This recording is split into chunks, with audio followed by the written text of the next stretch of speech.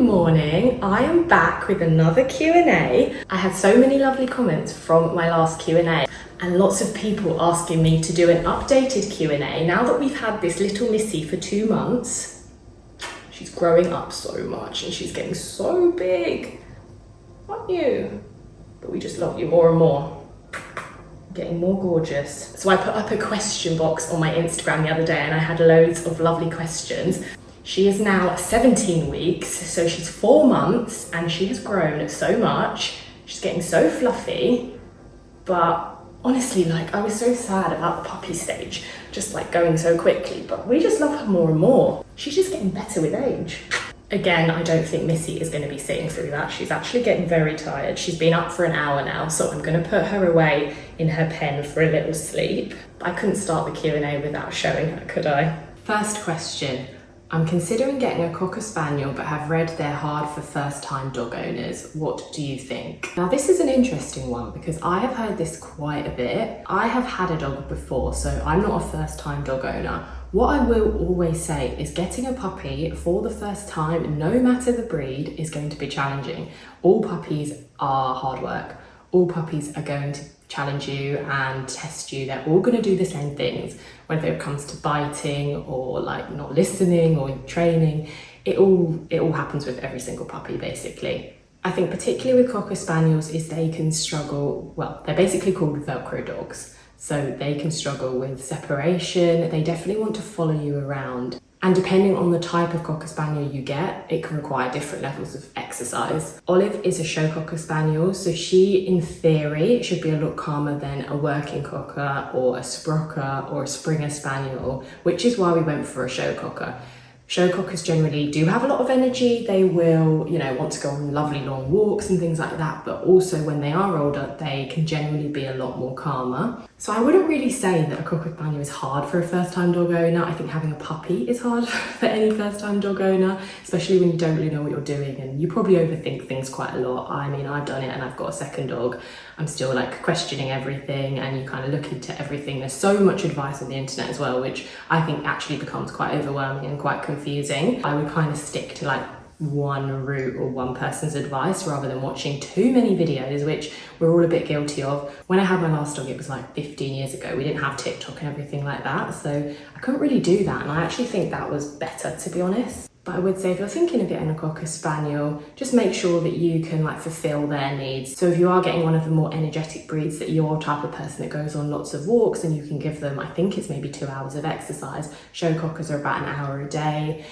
Make sure you're training them in terms of like separation and that they're being on their own, which I'm going to go into a little bit more detail on. And then obviously doing your basic training with them, which you have to do with any puppy anyway, so I wouldn't really say that changes from any other puppy. Next question, tips for finding a reputable and trustworthy breeder for Cocker Spaniels.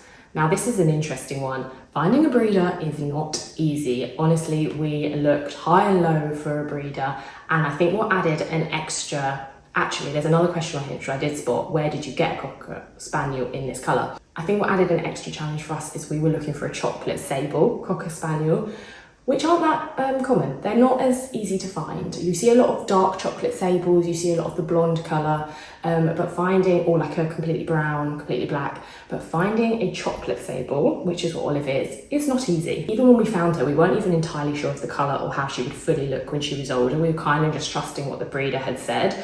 But yeah, a chocolate sable was particularly hard to find. How we found Olive was through Pets for Homes, which is an online website. I could just put it up on the screen here. We basically looked on it every single day, refreshing it. You can actually set a notification to have alerts of when new puppies come up. So we were just keeping our eyes peeled. To be totally honest, we tried to stay in quite a close radius. We just decided we weren't going to go too far because we wanted to kind of be able to go and see them if we could. We went to view another litter before, but yeah, that one didn't work out. So I think it is literally a case of shopping around until you feel comfortable with the breeder, you feel comfortable with everything you've seen when you've gone to see the house, and obviously you feel like that puppy is just the one for you. You get a feeling and you know it's the one. So it's funny with Olive because she wasn't actually listed on the website at the time. The breeder had another litter that was up, but it was ready to go home a lot sooner than when we could take Olive home. We were going to Barbados, so we knew it had to be kind of after that trip, which was end of July. So I basically reached out to him and I just was like, do you have any other litters coming up? I actually messaged a lot of breeders on Pets for Homes asking about like upcoming litters as well as the one they had. And I think that was a really good way to build connections, and I got added onto a lot of waiting lists as well. A couple of breeders said that I could place a deposit, like a £50 deposit for a chocolate sable if they get a chocolate sable that's born. And then if it wasn't, then I'd get my refund back. So yeah, I think with a chocolate sable particularly, it was a lot more difficult. But yeah, we spoke to the breeder and he had a current litter and he told me he had one coming up that would be ready to go home at the end of July. So he sent me over some photos quite early. And then, yeah, we just spotted Olive in there. And then we FaceTimed, which I think I spoke about in my last Q&A. We FaceTimed the breeder whilst we were in Barbados, and he showed us everything. He showed us the home, he showed us the litter. We spoke to him for ages. It was almost like we were there. So we felt very confident, especially when we compared it to some of the other people we spoke to that didn't even show their face on FaceTime, or would only show us the one puppy and not the breed, the whole litter. Or yeah, it just seemed a little bit, I didn't really like where the puppies were or that kind of thing. So he showed us absolutely everything. We felt really confident. So we placed a deposit on Olive whilst we were away. Then when we got back, we went to see her, and obviously everything we saw on FaceTime just lived up to expectations and we were so happy. So that's basically how we found Olive. I have since seen a lot of scams come up. So one girl actually found me on TikTok and she messaged me and she said, I've just noticed that your puppy is on a breeder's Facebook page that they sold her, and it basically was a breeder in the US, in like Savannah, that had pretended they'd sold Olive. So they took my photos off Instagram. I'm actually gonna add it up on the screen as well. They took my photos and they pretended that it was one of their puppies that they'd sold, which obviously it is not. Olive was from a breeder in Leicestershire. So I actually am fuming about it. I'm like, that's just gross. Like, don't be trying to sell my child. There are a lot of scammers out there, which is really scary. So you just need to like make sure you definitely FaceTime a breeder and that you have seen the litter on a FaceTime. And ideally, if you can go and see them in person. Like I said, with a chocolate sable, she would have gone had we have not put the deposit down on FaceTime, because we were seeing that happen constantly. And with chocolate sables, people were putting deposits down before they were born. Like, you'd be on a wait list, as I kind of said before, you'd pay that £50 deposit on the chocolate sable that's going to be born before it's even born. So they go so quickly. But I still think if you can go and see it, then obviously amazing. If not, definitely make sure you've had a FaceTime with the breeder and you feel comfortable. Also, just ask around. Like, I'm more than happy to share my breeder details, so just let me know if you would like that. Ask other people that have posted pictures of their breeder. And I think it's just about waiting for the right litter to come up. So you probably will need to be on a wait list, or kind of have that patience for when that breeder's like, yep, I've got a litter coming in September, I can put you on it. So yeah, it's just about kind of like waiting for the right litter and dog, and I'm sure it will all work out. So that kind of answers that next question about where did we get a Cocker Spaniel in this colour. Olive's litter was all completely different colours. So I don't think you can particularly just try and find that colour. Like, she was amongst the litter of completely different colours, and we just knew that was the kind of colouring we wanted, so we went after her. But I don't think there's a specific breeder or any specific place you can go to find a Cocker Spaniel in a chocolate sable. You just have to ask around and speak to the breeders and see whether they are expecting them. Often they will know if they're going to get one based on having previous experiences and the colour of the mum and the dad. So yeah, you can definitely just ask the breeders and see whether they're expecting it. And finally, a question which kind of I've just answered, but what is the colour of Olive called, and what colour did her parents have? So she is a chocolate sable, which I have mentioned. Chocolate sables can vary, like her pattern and colouring. Like, she's got very light paws, dark back, very like dark around here. Yeah, I think they're all going to vary. I don't know if you can get an exact copy, because I don't think it's like a very specific, what do you call it? It's not like a very specific colour look, unlike like the dark sables or the blondes. But she is a chocolate sable. There's definitely lots of chocolate sables out there, and her mum was a dark sable. Again, I'll add a picture, and her dad was kind of quite like a golden red colour. and that together made Olive. But again, the litter was completely different. There was a white and kind of tan one in there. There was a black and tan. There was dark chocolate sable. So there were basically a lot of different colours. And I will never forget Josh being like, I think she's going to be really light, and I think she's going to be one colour, a bit like the dad.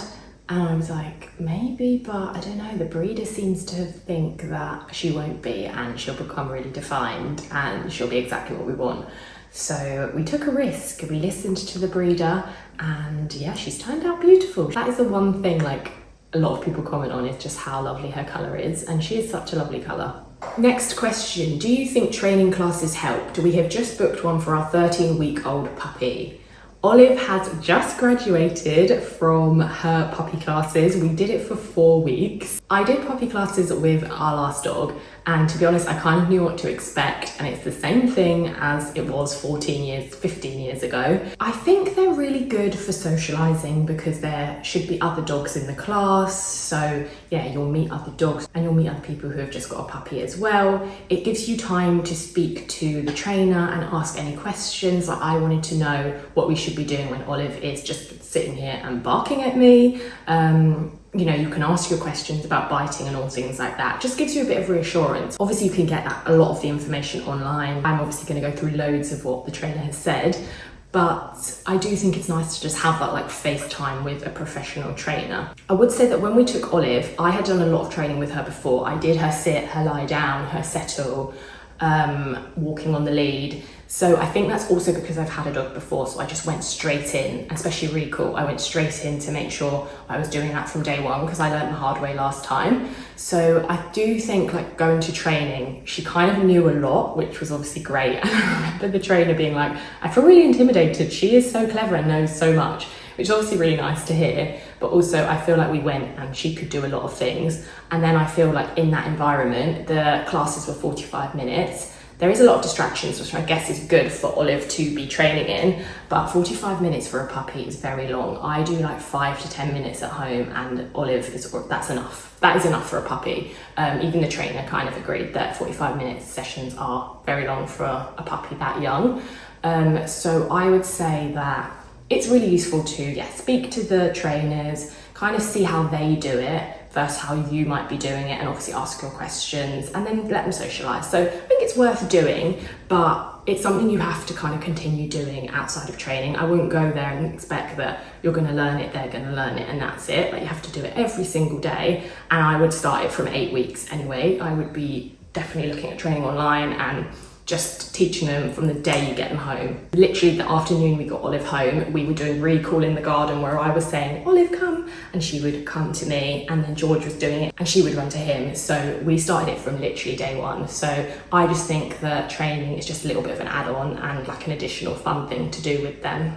Another question, how do you manage bad biting? I'm really struggling. Oh, the biting, it is relentless. Olive is now having a nap in her crate because her biting is the worst when she is either overtired or just bored.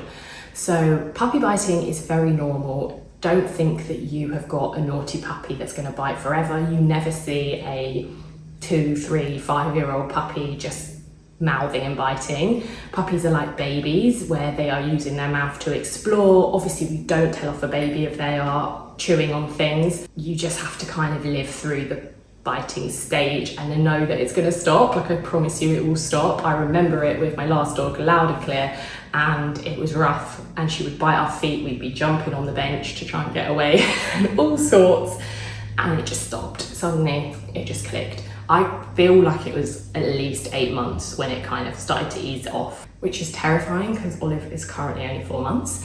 So another 4 months to this, and their jaws get harder and their teeth get bigger. So that's going to be fun. How I manage it is definitely putting her in her crate or pen when she is overtired. I have banged on about crate training to every single person that has asked. So important to do, that they have a space to shut off and to calm down. The second Olive goes into that pen or crate, she either plays, falls asleep, just kind of spends some time on her own.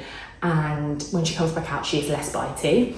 ignoring the behaviour. I also asked the trainer about this that she's been going to, ignoring it. If you're sitting down, they're biting quite a lot, just get up and walk away. You shouldn't shout at them, and doing the whole like yelping just revs them up. So that doesn't work, I personally don't think. So getting up, walking away, ignoring. Redirecting, making sure you have lots of toys that they can chew on. Olive has a basket full of toys, so lots of things she could chew on. We recently got her some like bones that you put in the freezer and they're just like cold and she can gnaw on those. Yak chews are brilliant as well. I've linked a lot in my Amazon storefront, so definitely have a look at like puppy essentials on there. But lots of things that they can basically like chew on when they're going for you, just redirecting to that constantly. And then things like lick mats. Obviously the coldness of a lick mat really helps their gums. Ultimately they're teething, their baby teeth are going to fall out and their new teeth are coming through, so they are in pain essentially. So making sure they have like lick mats, ice cubes, things like that. And then enrichment mats are brilliant as well. So we put Olive's food into an enrichment mat. That will basically distract her for a while. So if she's biting, I'll kind of give her that and that will, redirect her to playing with the enrichment mat. Definitely just keep redirecting that behaviour. Don't tell them off. Know that they are going to grow out of it. They definitely will, and it is just, I know it's not easy, but they will grow out of it. Just got to like make sure you can redirect and keep them occupied, make sure they're not bored. You know, when they can go for walks, take them on walks, come back, settle them to go to sleep. You know, it's just like getting that routine and fighting through the biting. But yeah, I have nearly lost fingers and toes and socks and everything. So many people think, oh my God, Olive doesn't bite from what I can see on Instagram, but it's not true. Like if she didn't bite, I'd probably be concerned. And that actually follows on to the next question of, she seems very calm. I'm literally laughing because I just can't. Does she have her crazy moments biting, etc.? Yes, absolutely. She is 90% crazy, I would say. That again is a puppy. Varies in breed. Maybe it is more Cocker Spaniels that are a bit crazy, but yeah, she is a crazy, crazy girl.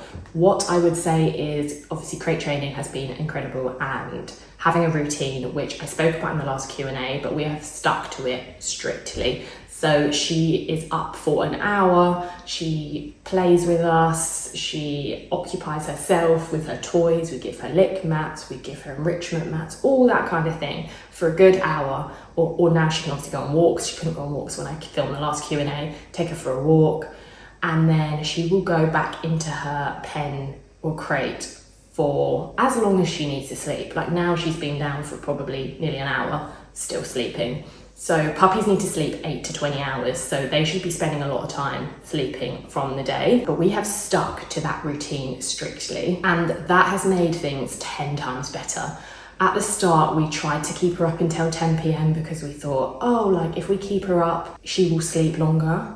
But no, doesn't work like that. Now we put her down for sleep about 7 to 8 p.m. for bedtime, and she sleeps all the way through until the morning. We let her out for a wee about 10, 11 p.m, but she will sleep all the way through, and that has helped us overcome witching hour, which used to be relentless because we would be keeping her up from like 8, we'd be keeping her up in the evening, trying to get her to like 10 p.m. till we went to bed, but she would be biting, zooming around, we couldn't get her in from the garden, it was just chaos. So now, bedtime from like 7, 8 o'clock, and she is so much better when she's out. She's so much more enjoyable. Like after work, George will come home at about 6. I work from home most of the time anyway, but George will come home about 6. We'll go for a walk, we'll spend some time with her, we'll cook dinner and sit around, like practice sitting around the table so she's with us and everything like that, which all comes as part of training. And then she will go to sleep, and yeah, it's made it much more manageable. So I would say definitely set up that routine with them, and I would say an hour awake is more than enough. After an hour they get bored, they get tired, it's when they start biting more and going more crazy. So keeping them occupied in that hour of, it's not so structured now, she's a little bit older, but when she was up for the hour, I would have her up, play with her in the garden because it was summer, throw the ball around, let her get all of her energy out first. And actually this is what I found really good, was like a bit of a routine in that hour, starting with full-blown crazy running, energy, exerting everything. Then I would bring her in and do a bit of training with her for 5 to 10 minutes, so she could kind of like manage before she kind of just lost interest. Do a bit of training which would calm her down because she'd have to focus. And then I would give her something like her enrichment mat with her food in, or her lick mats and things like that, which she'd probably take like 10 to 15 minutes on. And then before you know it, that's pretty much been an hour. I'd probably sit down with her, try and have a little cuddle.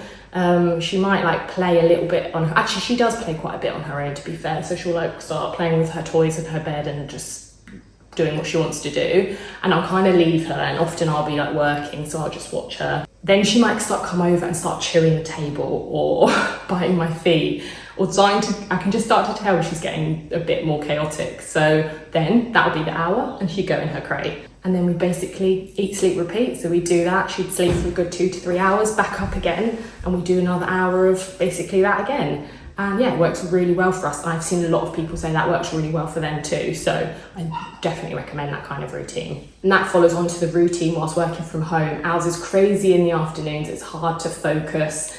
100%, I could totally feel this. Stick to, if you can, the routine I've just kind of gone through of that hour up, and then putting them in their pen and crate.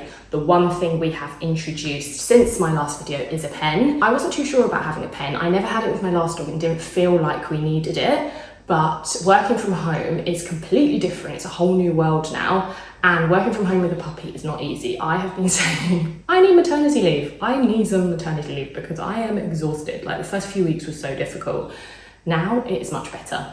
So we've introduced a pen which is just around her crate, and she spends quite a bit of time in that pen. So obviously she has her hour up with me every couple of hours, but between that she is in her pen, and she basically will be in there playing. She can do whatever she wants in there. Like, yeah, she's got all her toys. I put her sometimes her lick mats in there. She's got her water and her bed and everything like that. So she will spend time in there 2-ish hours until she's kind of ready to come out. And having that pen has been such a lifesaver. Having the pen or the crate, both of them, such a lifesaver for working from home. I've also seen a lot of people say that they just have their puppy out all day and then only put them in at night, but obviously that's where it's so difficult in the day. I know puppies can't switch off, so they'll just be like constantly needing attention, and then you're going to really struggle with separation anxiety because they are with you all day as you work from home. So putting them away in that pen and crate to spend alone time and play independently is honestly the most important thing you can do with a puppy. I make sure Olive spends a good chunk of the day in there on her own, and I still go upstairs, work in my office as I do. So we have quite a good routine. So her general timing and routine is that she will get up, wake up about 8 o'clock. I will have her out with me 8 to 9. I'll do all those things I said I'd do before: play in the garden, training, give her food, give her her mats. And then by about 9 o'clock, she'll go in her pen. She'll be in her pen till about 11, half 11.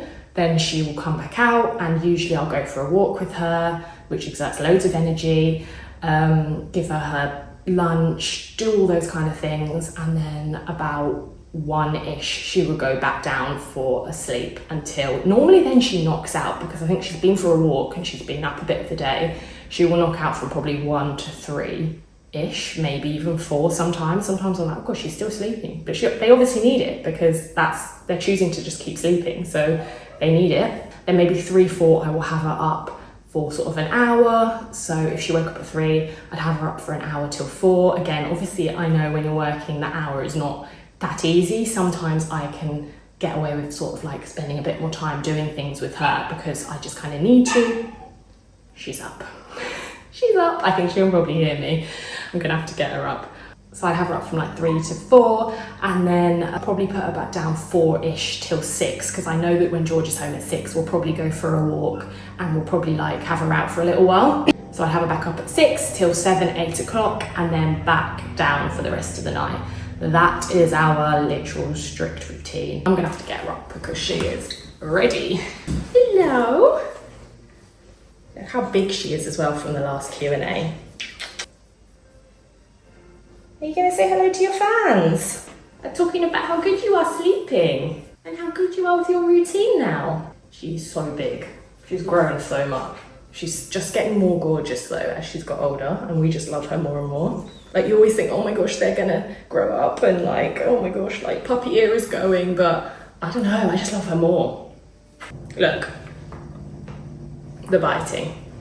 Now she's distracted me, so I have forgotten where I even was. Okay, now she's distracted with her lick mat. Next question. Can she go the whole night without waking or needing the toilet? Yes, she can, and puppies have very small bladders, so don't forget that. It only gets better as they get older. First 1 to 3 weeks of having her, so when she was 8 weeks, 9 weeks, probably 10 weeks, she woke up every, well actually for the first week we had her, she woke up every like 2 hours needing the toilet, but she did go outside for a wee and a poo, and then we put her straight back in her crate. So we would take her out, we would literally carry her out to the same spot, say go wee wee, which was our command, take her back into her bed and resettle her, which at that time was saying bedtime and kind of stroking her and just like settling her back to sleep until we actually were laughing about it the other day because we used to stroke her until she fell asleep, and then we would shut the crate like so quietly, and then she would wake up and want to come out. But that was literally the first week, but we just fought through it, putting her in, settling her, like making sure, had the kind of classical music on, and yeah, just shutting it really quietly until she fell asleep. Sometimes she would wake up as we were walking away, she would cry for a bit and then go back to sleep. But that was basically the first week. On the second and third week, it built up where she was waking up probably twice in the night. Again, we just did the exact same routine, putting her in the same spot, back into her crate and settling her. We were starting to find she needed less settling, so we wouldn't have to stay as long with her for her to fall back to sleep. We could kind of put her in bedtime, quick kind of stroke so that she was lying down, and shut the crate and go. Still, sometimes she would wake up and whine, but we would kind of ignore it because we knew all she wanted to do was come out. We knew that she'd been toilet and she was okay, and I know that's really difficult when they're crying and you just feel really bad, but actually it's that short-term pain for long-term gain, and they are fine as long as all their needs have been met. And then by kind of 4th week, so probably when she was like 12 weeks, she kind of just started making it through the night. I mean, she had a couple of nights before that she was kind of getting through, so I was starting to think, oh, she can actually make it through the night. And we fully were like, she's going to bed at 7 p.m. or 8 p.m. because the biting is, witching hours there, and the biting is so bad. And we would let her back out sort of somewhat between 10 to 11 for a wee and maybe a poo if she would do one, and then we would get her back up sort of 7 a.m.-ish when George was going to work. So that was kind of what was happening when she was sort of 11, 12 weeks. So when she turned 12 weeks is when she had her boosters and she could start going for walks, which I really think helped as well because it added more of that routine. We always go on a lunchtime walk. It added her routine for when she would go toilet. And I think it does obviously take up more energy. With Olive, we take her a lot of places with us. I took her into London the other day. We're taking her down to the seaside this weekend to stay with our friend. We do a lot of things with her, and I think obviously those days that we do, they make her more tired, but I feel like they've also helped with her sleeping in her crate at night because she probably is so tired, and also I feel like she quite likes her crate now. Like now we can say bedtime, kind of guide her in, and she goes in and she just lies down straight away, head down, shut the crate, cover it, walk away, and we don't hear a peak. She knows she goes in there and she knows she's going to come back out. She's not locked in there forever. She trusts us and she knows that she's in there to sleep, and then once she's had enough of her sleep, she will come out and she'll have the best time. So I think it's like you have to set that routine up from the start, but I think build that trust with them. And I'd never leave her in there crying once she's been in there for quite a while. Obviously, initially, I would put her in and she would sometimes cry like for half an hour once she'd gone into that crate. And that was not easy, but again, I knew her needs had been met, so I just had to like stick through it, and it was worth it now. But yeah, after like she's had her sleep and everything, I would never leave her in there because I think that's when they probably would set up a bit of fear of like, I've been in here, done what you kind of wanted me to do, and now you're still not letting me out. The one thing we had to kind of tweak quite a bit was when she had her water, and the last time that she was drinking water. We initially were letting her drink water quite close to bedtime, and I think that was obviously why she kept needing to wee in the night. But that can also set up a bad routine, and I know a lot of people don't want to take water away or want to leave the puppy water all night, but they can go the night without water as long as they're having enough water throughout the day. So she'll drink water before she goes to bed. We'll then let her out for a wee, probably 8. We'll let her back out at 9 for another wee, and then we'll let her out about 10, 11 for another wee. So she's had 3 wee opportunities before bed, and she's not had any water from 8 p.m. Then find that she goes all night without needing, and then obviously first thing in the morning she goes for a wee, a poo, and then she has her water again for the whole 12 hours of the day. That has really helped because it's prevented her weeing in the crate and waking up a lot, because on the flip side, if they're drinking water all night and they're needing to go toilet all night, they are going to keep waking up, and then they're going to fall into a bad routine of needing to go out in the night or thinking it's okay to keep going out in the night. So I personally just wanted to abandon that even being a thing. There are times when Olive will wake up in the night because she hasn't gone for a poo from like 4 o'clock. It's happened probably twice. And I literally know when she's going to wake up that night, because I'm like, it's 4 o'clock, that was her last toilet, and it's 10 o'clock, she hasn't been again. We've stood outside for hours, and not hours, that's dramatic. We stood outside for a while and she's not gone. So I'm like, okay, there's a good chance she's going to wake up in the middle of the night. And of course, she'll wake up at like 3 a.m. needing to go to the toilet. But again, like, it's a puppy, it's things that are gonna happen. Overall, the routine is there. Are you done with that now? How did you decide on what food brand to feed Olive? I can't decide, but need to ASAP. The dog food world is ruthless. I actually can't stand it. And it's been like this for like 15 years, probably longer, for as long as I've known, like, having a dog. It is a minefield, honestly. There is so much information out there. There are so many brands now. There's so much you should do, you shouldn't do, so much you should give the, it's just like the worst. We feed Olive Wainwright's Super Food, I think it's called. It's the salmon one, and I will link it below. I fed this to my last dog, my Cavalier Cocker Spaniel. She lived until she was 14. So, I mean, the food can't have been that bad. I would say, so cheeky, I would say to pick a food that is as natural as you can.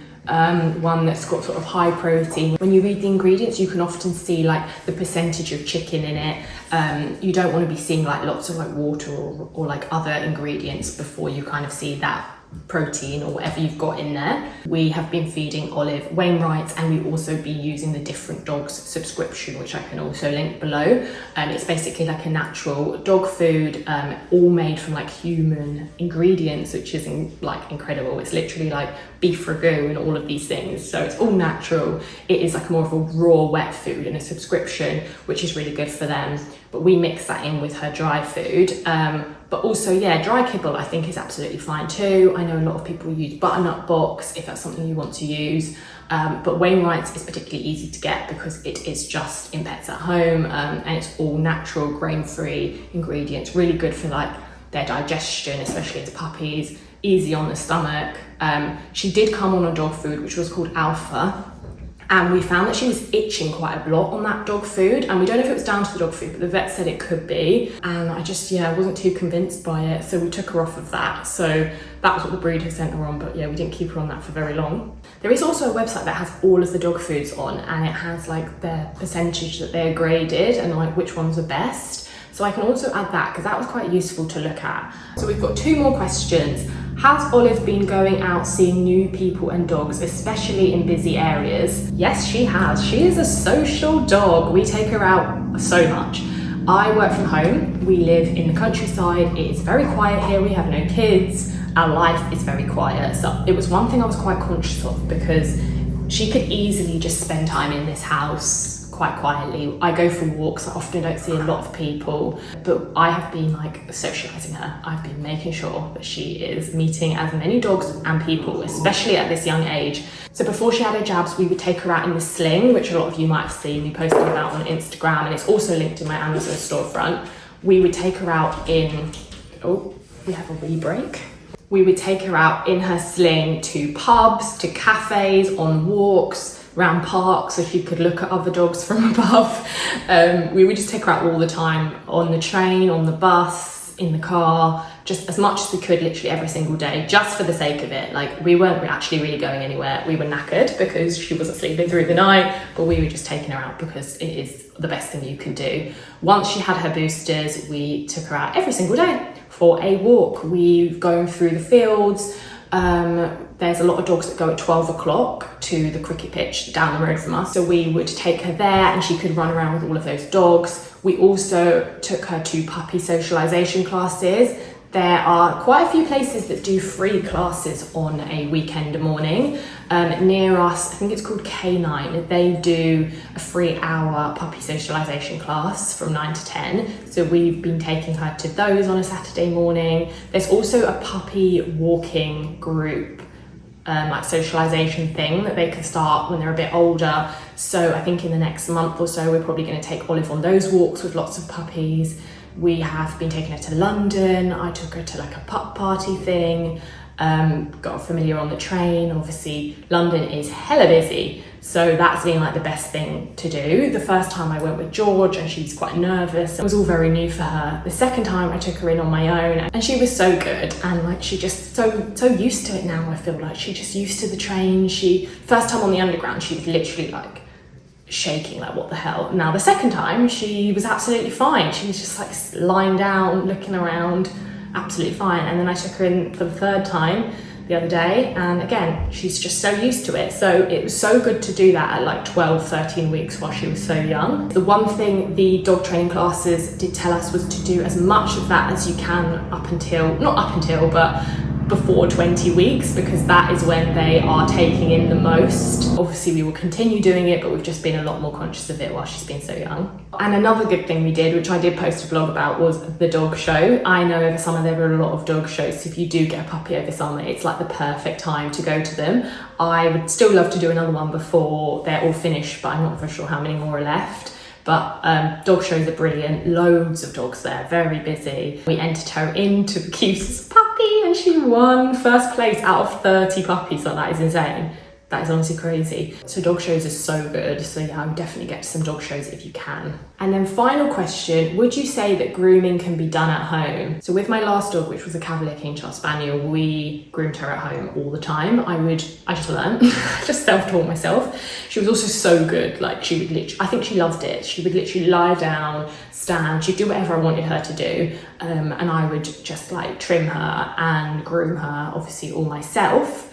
With Olive, not too sure yet. Obviously, whilst they're a puppy, I could not, and you would not cut their puppy hair anyway, or have to wait for her to have a fully adult coat. But I do a lot of brushing. We brush her teeth and we brush her with her comb quite a bit, just so she gets used to it. She bites the comb. She doesn't really lay there and enjoy the brushing, but it's just getting her used to that happening. I'm debating on grooming. I don't really know at this point whether we will take her into the groomers and have her trimmed, or whether I will do it at home. I actually really enjoy doing it, and I think because I've done it for another dog, I love doing it. I've also just seen so many dogs that go into a groomer's and come out looking completely different, and that scares me.